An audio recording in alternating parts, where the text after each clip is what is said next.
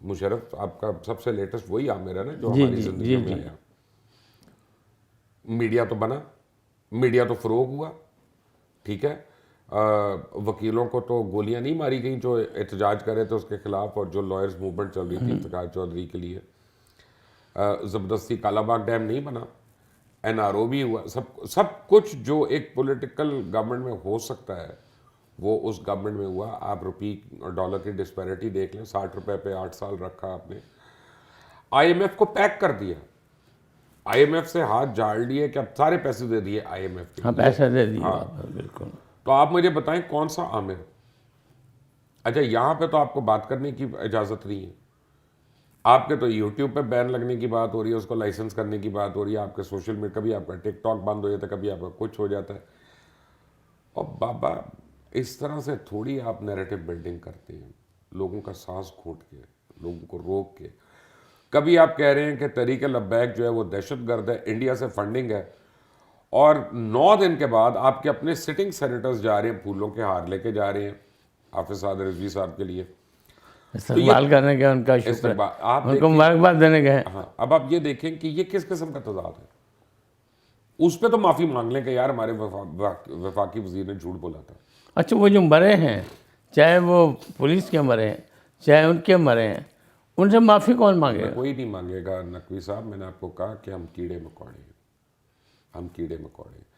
آپ کو اگر میں اصلیت دکھاؤں آپ لوگوں کی, بڑی گھنونی ہے. 24 کروڑ میں یا 1.5 بلین امت مسلمہ میں کوئی ایک آواز نہیں نکال رہا کہ یمن کے اندر مسلمانوں کے ساتھ کیا ہو گیا, کس طرح ان کی پوری جینوسائڈ سے نسل تباہ ہو گئی, ختم ہو گئی. تباہ کیا ہونا, تباہ تو افغانستان میں ہوئی, وہاں تو ختم ہو گئی. آپ کو آواز اٹھانے والا نہیں ہے, کوئی بولنے والا نہیں ہے کہ کیمیکل بام یوز ہوتا ہے وہاں پہ, کلسٹر بام یوز ہوتا ہے وہاں پہ, ہر قسم کا جو خوفناک ویپن ہے وہ یوز ہوتا ہے اسکولوں کے اوپر, ہسپتالوں کے اوپر. پیچھے کیا رہ گیا, کون سی یونائٹڈ نیشنز اور کون سا یہ, اور سارے ہم یہ او آئی سی کا مطلب, او آئی سی کہاں گئی؟ او آئی سی پتہ نہیں, او آئی سی تو چلی گئی سی. اچھا او آئی سی چلی گئی سی, ٹھیک ہے نا. یہ او آئی سی دیکھیں, آپ تو انڈیا کو دیکھ لیں, کسی کو دیکھ لیں, کیا مسلمان ممالک نے اسے ٹریڈ بند کر دیا؟ کیا اس کے سامنے وہ کھڑے ہوئے؟ نہیں, ایسا نہیں ہوتا. تو یہ ہمارے ہی ایسے لوگ ہیں. آپ اپنے اثاثے نکال لیں جو 2018 میں لوگوں نے گوشوارے جمع کرائے ہیں. آپ کے حکمرانوں کی بات کر رہا ہوں میں, اپوزیشن کی بات ابھی نہیں کر رہا. اور آج کے اثاثے ان کے دیکھ لیں, تو مجھے بتائیں کرپشن کون کر رہا ہے, کرپشن کون کر رہا ہے؟ اچھا اب وہ آپ کو کہیں گے کہ جی ہم, میرے تو بیوی نے کاروبار کیا تو میں نے, اس نے کیا تو اس نے کیا تو اس وجہ سے اتنا ہو گیا. تو بھائی نواز شریف پہ کیا الزام تھا کہ حکومت میں ہوتے ہوئے تم کاروبار کیسے کر رہے ہو, تمہارے بچے کیوں کاروبار کر رہے ہیں؟ عاصم باجوہ پہ کیا تھا کہ تم ادھر لگے ہوئے تھے, پوسٹنگ تھی, اور تمہارا بیٹا کیسے وہ کاروبار کر رہا تھا وہاں پہ؟ تو باقیوں پہ کیوں الزامات لگتے ہیں؟ اچھا آج نواز شریف نے کہا جو آئین کے مطابق نہیں کام کرے گا اس کی کوئی عزت نہیں ہے. یہ کیا ہے, آج ان کو آئین کیوں یاد آ گیا؟ اس لیے کہ آئین آج ان کی بچت کے لیے. ابھی آپ دیکھیں گے کہ ایک فیصلہ آ گیا ہے سپریم کورٹ کا, اب اس کے بعد آپ جنوری تک دیکھیں گے کہ نواز شریف اور جہانگیر ترین دونوں کے اوپر ریورس ہوگا, اور ان کی لائف بین جو ہے وہ ختم ہوگا, اور دونوں جو ہیں آپ کے اگلے الیکشن میں یعنی متحرک ہوں گے. یہ نظر آ رہا ہے ہمیں, یہ ہونے جا رہا ہے. Fact of the matter is کہ اس ملک کو جتنے پڑھے لکھے ہیں انہوں نے بیڑا گرک کیا ہے. آکسفورڈ اور کیمبرج ریٹرن جو ہے نا, انہوں نے تباہ کیا ہے. اس ملک کو کبھی کسی ہاری نے, کسی کسان نے, کسی مزدور نے نہیں لوٹا, نہ انہوں نے کبھی تباہ کیا. اس ملک میں اگر پی ٹی سی ایل لاس میں ہے تو پی ٹی سی ایل کے ورکروں کی وجہ سے لاس میں نہیں ہے. اگر سٹیل میں لاس میں ہے تو وہ اس کے ورکروں کی, وہ تو خون پسینہ دے رہے ہیں اس میں, لوگ تو مر جاتے ہیں وہاں پہ, ٹھیک ہے نا. اگر پی آئی اے لاس میں ہے تو کون ذمہ دار ہے؟ تو وہی لوگ آپ کے اور میرے جاننے والے عزت دار ہیں ہمارے لیے. جب ہمارے گھروں میں ان کی عزت ہونی تو ہر گھر میں ہونی عزت ان کی. پھر ہم چوروں کی عزت کرنے والا ملک ہے یہ. تو آپ ایک طرف سپریم کورٹ نے نواز شریف کو سزا دی ہوئی ہے, مجرم کہا ہے, اور سپریم کورٹ کے چیف جسٹس اسی تقریب سے خطاب کرتے ہیں جہاں پہ میاں نواز شریف ویڈیو لنک سے خطاب کریں، کیونکہ پاکستان ان کی عدالت میں نہیں آنا چاہتے کیونکہ ان کا علاج ہو رہا ہے، خطاب ویڈیو لنک پہ ہو رہا ہے، چیف جسٹس سن رہے ہیں، سارے سن رہے ہیں۔ اب یہ اگر ہم بات کرتے ہیں تو ہمارے اوپر سو موٹو ہو جائے گا، ٹھیک ہے نا، لیکن کورٹ پہ نہیں ہوگا۔ لیکن ہمیں تو درس یہ دیا جاتا ہے قوم کے اعلیٰ ترین مفاد میں یہ سب کچھ ہو رہا ہے۔ اب وہ مفاد کیا ہے؟ اب دیکھیں نا، اب مفاد یہ ہے کہ توشہ خانے میں، مثالیں آپ حضرت عمر کی دیتے ہیں، ریاست مدینہ کی، توشہ خانے کا حساب آپ دے نہیں سک رہے کہ جی وہ ہمیں ایسی چیزیں تحفے میں ملی ہیں کہ ہم اعلان نہیں کیا آپ کو کسی نے کوئی نیوکلیر میزائل دے دیے، کوئی نیوکلیر سبمرین دے دیے تحفے میں کہ آپ اس کا اعلان جو ہے وہ دوستیاں خراب کرے گا تو یہ ہوگا؟ اور بھئی کیا ہے یار یہ؟ آپ خود ہم نواز شریف کو اور آصف زرداری کو اور یوسف رضا گیلانی کو کیوں برا کہتے تھے؟ یہی باتیں ہم کہتے تھے۔ تو اب لوگ ہمیں پوچھتے ہیں، ہمارے پاس تو جواب نہیں ہے۔ اچھا، آپ تو بڑے حمایتی تھے۔ میں حمایتی تھا، میں حمایتی ہوں، لیکن میں آپ کو ایک بات بتا دوں، ابھی میں حمایتی ہیں؟ نہیں، میں آپ کو ایک فرق بتاتا ہوں۔ حمایتی اس سینس میں کہ میں کنونسڈ ہوں کہ جو پہلے ٹولہ تھا وہ کرپٹ تھا، ٹھیک ہے نا، اور اس کو ریپلیس ہونا تھا۔ ہمیں امید تھی کہ یہ جو ہے ان کی گورننس بھی بہتر ہوگی اور کرپشن پہ بھی کنٹرول ہوگا۔ ہم دیکھ رہے ہیں دونوں چیزیں جو ہیں نا وہ 180 ڈگری کے اوپر جا رہی ہیں۔ میں لیٹ آئی ہوں آج دفتر میں، اور آپ کے آنے سے 10 منٹ پہلے میری یہاں پہ جو ہماری ایک کام کرنے والی ہے وہ میرے پاس آئی ہوئی تھی اور وہ رو رہی تھی، اس کا میاں بیمار ہے اور اب اس کا علاج جو ہے وہ ایک پرائیویٹ ہسپتال میں ہونا ہے، کیونکہ جو پرابلم ہے اس کو وہ سرکاری ہسپتالوں میں ڈیل نہیں ہو رہا اس سے۔ اب وہ کیسے کرے گی؟ تو یہ ہیلتھ کارڈ اور یہ سارا یہ وہ، اگر آپ کو فائدہ ہے اس ہیلتھ کارڈ کا تو مجھے بتا دیں۔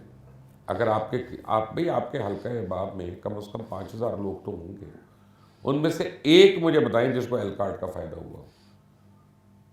کمال کرتے ہیں، ابھی آپ میرے سے بیٹھ کے پبلک نیوز کی بات کر رہے تھے، ٹھیک ہے نا، میں تو کھل کر کہتا ہوں 18 مہینے آپ نے لوگوں کو تنخواہیں نہیں دیں، آپ خود کماتے رہے، آپ کا گھر چلتا رہا، آپ کا بجلی کا بل کبھی لیٹ بھی نہیں ہوا، کٹنا تو دور کی بات ہے، لیٹ بھی نہیں ہوا، ٹھیک ہے نا، تو آپ کہتے ہیں یار ہمارے خلاف بات نہ کرو۔ اچھا، اس کو سرکاری کانٹریکٹ مل جاتا ہے ایس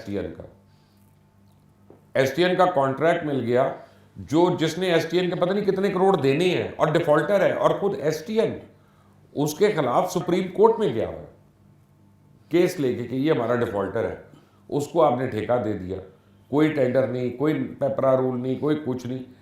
اگر اب کرپشن نہیں ہو رہی تو اور کرپشن کیا ہوتا ہے؟ میں یہ ایگزامپل اس لیے نہیں دی کہ میری کوئی ذاتی اناد ہے، میں اس لیے دے رہا ہوں کہ اس سے زیادہ اوپن اینڈ شٹ کیس ہو نہیں سکتا کرپشن کا۔ لیکن ان کا موقف تو یہ ہے کہ 3-4 سال ایس ٹی این کو کچھ چلا ہی نہیں سکا، اس سے فرق نہیں پڑتا، آپ ٹینڈر تو زیادہ مجبوراً دینا جو پڑا، ٹینڈر ہے وہ تو دے۔ مختلف لوگوں کو دیا انہیں نے پہلے۔ نہیں، جس طرح سے دینا چاہیے اس طرح نہیں نہ دیا۔ اب کیا ہوا؟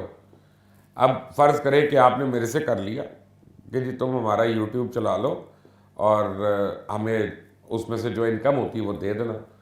اب میں اس یوٹیوب کے لیے کیا کرتا ہوں کہ میرے پچھلے جو 3 سال کا یوٹیوب کا مٹیریل ہے چلا ہوا سارا کچھ، یہ وہ کارتوس بھی نہیں ہے وہ، میں وہ اس کے اوپر ڈالنا شروع دیتا ہوں، ہر چیز کا آپ کو چارج کرو کہ یہ میرا ویڈیو جو ہے نا یہ 500 روپے کا، یہ ویڈیو 2000 روپے کا، اور اس کے اوپر اگر اشتہار آ جائے تو اس پہ میں اور آپ دو یار یہ بڑی اچھی ڈیل ہے تو مجھے دے دیں یار، کہ میں بھی کر لیتا ہوں، آپ بھی کر لیں گے، کوئی بھی کر لے گا، اس کے لیے کھڑپیچ ہونے کی کیا ضرورت ہے؟